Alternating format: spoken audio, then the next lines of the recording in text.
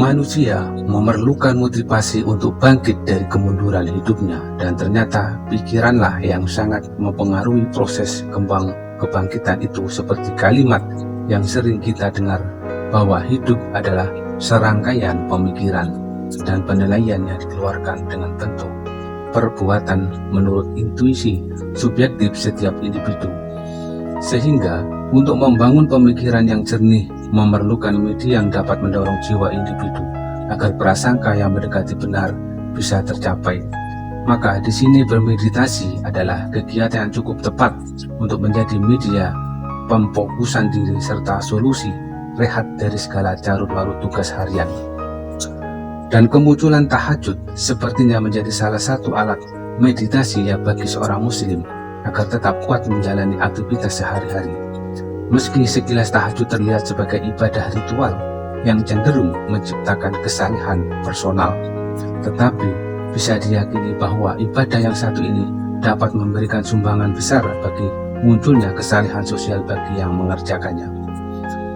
Memang banyak sekali cara seseorang untuk membangun motivasi diri karena tidak ada teknik tertentu untuk melakukannya.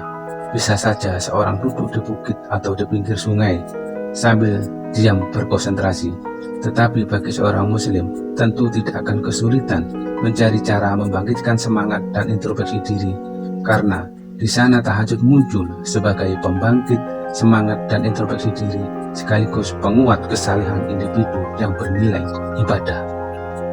Tahajud dianggap sebagai sholat sunnah yang memberi kesan hubungan intim antara hamba dengan Tuhannya, sebab biasanya dilakukan pada tengah malam sekitar pukul 1 sampai jam 3 malam, dan biasanya dikerjakan setelah bangun dari tidur, meski ada juga yang berpendapat boleh sebelum tidur jika khawatir tidak bisa bangun tengah malam.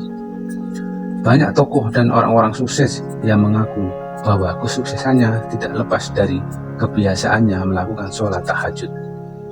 Satu dari beberapa cara yang masih tersisa adalah menenangkan pikiran lebih dahulu, menguatkan kesalehan personal dengan bangun malam untuk mendapatkan pikiran jernih dan imajinasi yang benar, sehingga secara diam, pelan-pelan, dan pasti kesalehan sosial akan terbentuk dan menguat.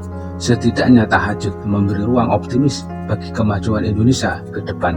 Konsep ketenangan yang ditawarkannya menjamin kehidupan sejahtera yang manfaatnya bisa langsung dirasakan esok harinya.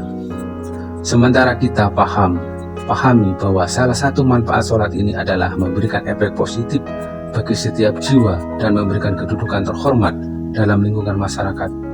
Dalam Al-Quran disebutkan, apakah kamu hai orang-orang musyrik yang lebih beruntung, ataukah orang-orang yang beribadat di waktu malam dengan sujud dan berdiri, sedang ia takut kepada azab akhirat dan mengharapkan rahmat Tuhannya? Katakanlah, adakah sama orang-orang yang mengetahui dengan orang-orang yang tidak mengetahui? Sesungguhnya orang yang berakallah yang dapat menerima pelajaran. Quran Surat Ad-Zumar ayat 9. Mungkin ini agak berlebihan, tapi seandainya masyarakat Islam Indonesia melakukan gebrakan besar-besaran dan bersama-sama bangun malam untuk melaksanakan sholat tahajud di masjid-masjid, fokus yang didasari dengan ketenangan lebih baik daripada fokus yang didasari dengan ambisi, menemukan jiwa pekerjaannya sebagai hadiah dari Tuhan. Dengan adanya terapi otak yang dilakukan Muslim Indonesia setiap malamnya, yaitu dengan membiasakan diri sholat tahajud, tujuan kemerdekaan rakyat miskin dan kaya akan tercapai. Ini memang tidak semudah membalikkan telapak tangan, tapi setidaknya untuk mensejahterakan batin setiap orang di negara ini, kita semua bisa memulai dari wilayah masyarakat kecil seperti desa dan dusun, atau lebih kecil lagi di lingkungan keluarga dan diri kita sendiri. Wallahu a'lam.